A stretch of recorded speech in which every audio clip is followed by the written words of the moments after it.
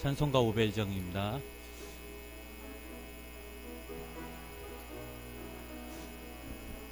빛의 사자들이여 어서 가서 어둠을 물리치고 주의 질 모르는 백성에게 복음의 빛 비춰라. 빛의 사자들이여 복음의 빛 비춰라. 새로 어두운 밤 밝게 비춰라. 빛의 사자들이여 선한 사역 위하여 힘을 내라. 주 함께 하시겠네. 주의 크신 사랑을 전파하며 복음의 빛 비춰라. 빛의 사자들이여 복음의 빛 비춰라. 새로 어두운 밤 밝게 비춰라. 빛의 사자들이여 주님 부탁하신 말 순종하여 이 진리 전파하라. 산을 얻고 물 건너 힘을 다해 복음의 빛 비춰라. 빛의 사자들이여 복음의 빛 비춰라. 새로 어두운 밤 밝게 비춰라. 빛의 사자들이여 동서남북 어디나 땅끝까지 주님만 의지하고 눈 어두워 못 보는 백성에게 복음의 빛 비춰라. 빛의 사자들이여 복음의 빛 비춰라. 새로 어두운 밤 밝게 비춰라. 빛의 사자들이여. 아멘. 우리 사도신경으로 다같이 신앙 고백 드리시겠습니다.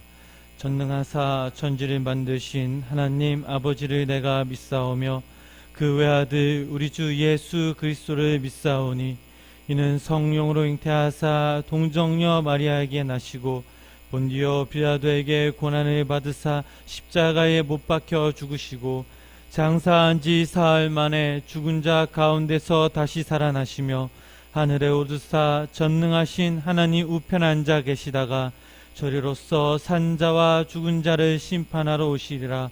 성령을 믿사오며 거룩한 공회와 성도가 서로 교통하는 것과 죄를 사하여 주시는 것과 몸이 다시 사는 것과 영원히 사는 것을 믿사옵나이다. 아멘. 오늘 함께 보실 말씀은 사도행전 4장 32절부터 37절까지 말씀입니다. 사도행전 4장 32절부터 37절까지 말씀입니다.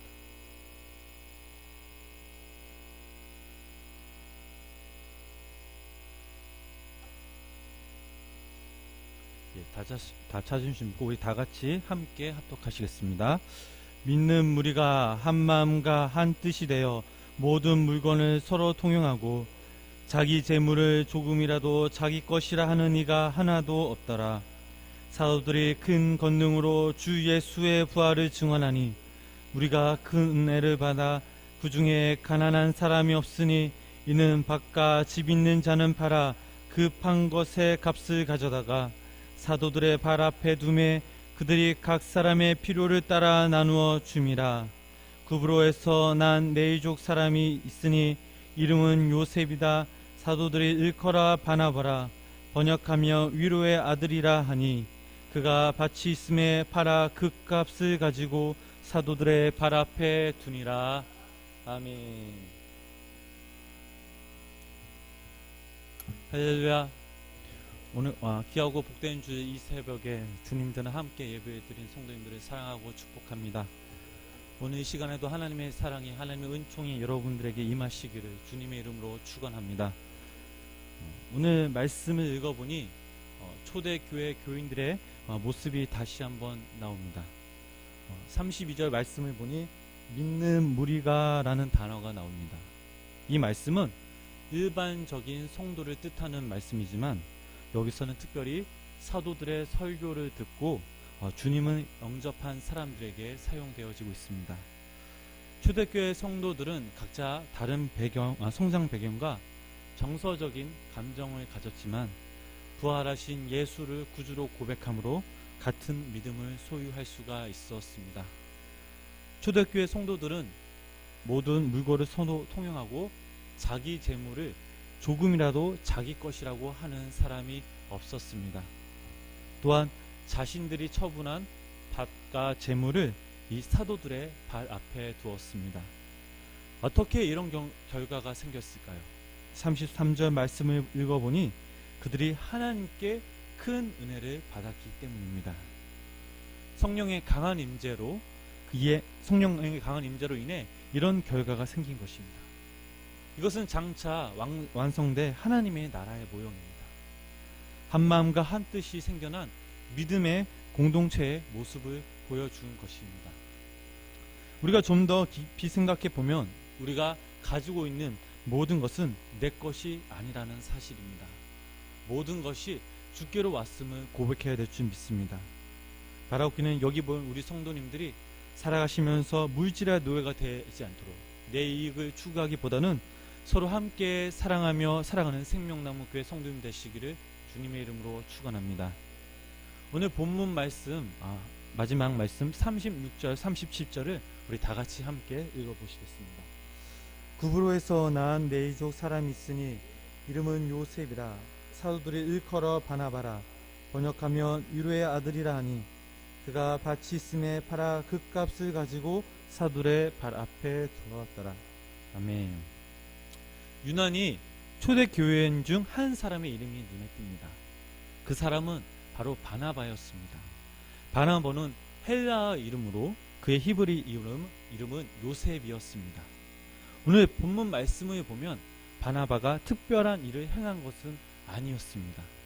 그도 역시 다른 교인들처럼 밭이 있어서 그 밭을 받아 그것을 사도들의 발 앞에 둔 것밖에 없습니다. 그런데 유난히 이 바나바가 언급된 이유는 무엇일까요? 사도행전 9장 말씀을 살펴보면 여러분들이 너무나도 잘 알고 계신 그 사도 바울의 회심 사건이 일어납니다. 그는 예수 그리스도를 부정하였고 초대교회의 박해자였습니다. 그랬던 그가 다마스쿠스 도상에서 주님의 부르심을 받았습니다. 그토록 그가 부정하던 예수 그리스도를 영접한 것입니다. 부활하신 예수님, 성자이신 하나님을 영접한 것이며 확인한 것입니다. 그리스도인을 핍박하던 그가 그리스도인이 된 것입니다. 사도 바울이 회심했다는 소식에 유대인들은 그를 죽이려 하였습니다. 왜냐하면 유대교 입장에서는 이 사도 바울은 배교자였기 때문입니다. 유대인들의 위협에서 벗어난 바울은 3년 동안 아라비아 강해에서 경건 훈련을 마치고 예루살렘에 올라갔습니다. 그곳에서 사도들을 만나 함께 복음을 전하기 위함이었습니다. 그러나 사도들과 예루살렘 교인들은 그를 환영하는 사람이 없었습니다. 왜냐하면 사도들의 옛 명성을 잘 알고 있었기 때문입니다. 그의 회심을 믿지 않았습니다. 그런데 그때 바울이 진심으로 회개하고 진정한 그리스도인이 되었다는 것을 믿어준 사람이 바로 오늘 저희들이 읽은 말씀에 나오는 인물 바나바였다는 것입니다. 바나바 때문에 이 사도 바울은 예루살렘 교회에 들어올 수 있었습니다. 그러나 그곳에서도 사도 바울은 위험에 처해 있었습니다. 어쩔 수 없이 이 사도 바울은 고향인 다소에 내려가 그곳에서 13년 동안 지내야만 했습니다. 그때 다시 바울을 인도하며 충실히 하나님이 할 수 있도록 인도한 사람 역시 바로 바나바였습니다. 그뿐이 아니었습니다. 바나바는 하나님의 부르심을 입은 자신의 사명이 무엇인지 잘 알고 있었습니다. 바나바는 안디옥 교회에서 선교적 사명을 수행할 수 있도록 모든 행정력을 동원하고 사도 바울과 함께 선교 여행을 떠났습니다. 사도행전을 읽어보면 사도 바울이 주인공으로 나와 세계 선교가 진행되었기 때문에 바나바의 존재를 소홀하게 취급할 수가 있습니다. 하지만 분명한 것은 초대교회 최초 선교사는 바울 외에 바나바였다는 사실입니다.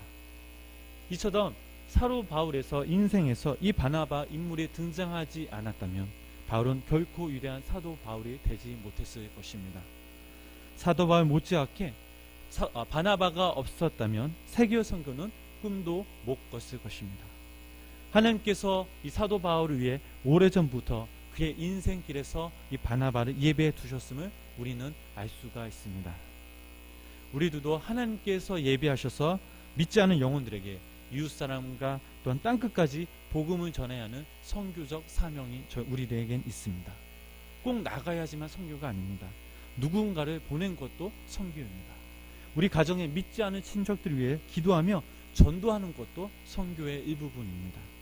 하나님 우리에게 말씀하십니다. 우리 다 같이 디모데후서 4장 2절 말씀 함께 찾아보시겠습니다.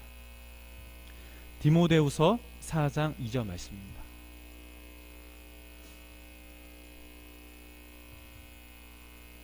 예, 다 찾으신 줄 믿고 다 같이 함께 읽으시겠습니다.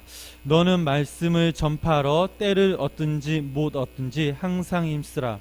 범사에 오래 참음과 가르침으로 경책하며 경계하며 권하라. 아멘. 주님 우리에게 때를 얻든지 못 얻든지 복음을 전하라 라고 말씀하십니다. 예수님의 선교적 사명은 어떤 특정한 사람들에게 주신 것이 아닙니다. 오늘 우리들에게도 요구하시고 계십니다. 사도행전 5장 42절 말씀을 읽어보니 저희가 날마다 성전에 있든지 집에 있든지 우리는 그리스도라 가르치기와 전도하기를 쉬지 아니하리라 라는 말씀이 나와 있습니다. 우리에게는 이 복음을 전해야 하는 의무가 있습니다. 바나바는 자기 밭을 팔아 그 값을 사도들에게 발 앞에 두었지만 사도 바울 같은 훌륭한 복음 전도자를 키웠지만 그에게 더욱 값진 이는 바나바 자신이 복음을 전한 사실입니다. 한국 교회가 무너진다는 소식이 들립니다. 참 마음 아픈 일입니다. 그 소식을 듣고 한 귀로 듣고 흘려서는 안 됩니다. 이때 우리들은 더욱더 기도해야 될 때입니다. 왜냐하면 교회가 이 땅의 소망이기 때문입니다. 바라옵기는 생명나무교회 모든 성도님들이 먼저 예수님을 바로 믿고 주님의 은혜를 사모하시기를 바랍니다. 인내를 가지고 바나바처럼 가족 구원을 위해서 또한 친척 구원을 위해서 세계 선교와 전도에 대한 열정을 가지고 믿음 생활하시기를 주님의 이름으로 축원합니다. 기도하시겠습니다. 살아계신 주 하나님, 거룩하고 복된 주 이 새벽에 아침에 저희들 이 자리 가운데 인도해 주셔서 감사드립니다. 이 시간 주님께 머리 숙인 한 사람 한 사람을 주님께서 자비와 긍휼을 베푸시며 주님의 은혜가 임하게 하여 주시옵소서. 특별히 20일 새벽 기간 동안 저희들이 예배 드릴 때 세상 모든 근심 걱정 다 내려놓게 하시고 신령과 진정으로 주님 앞에 나아가며 주님이 주시는 참된 평안을 누리게 하여 주시옵소서. 각자 기도 제목을 가지고 주님 앞에 나왔습니다. 주님, 우리의 마음과 상황을 아시오니 저희들의 기도를 귀 기울이시고 응답하시사 이번 특별 새벽 기도에 많은 성도님들이 귀한 열매를 맺을 수 있도록 성령님 도와주시옵소서. 2016년 생명나무교회 온 성도님들이 가족 구원과 친척 구원, 내 주변에 믿지 않은 영혼들에서 기도하게 하여 주시옵소서.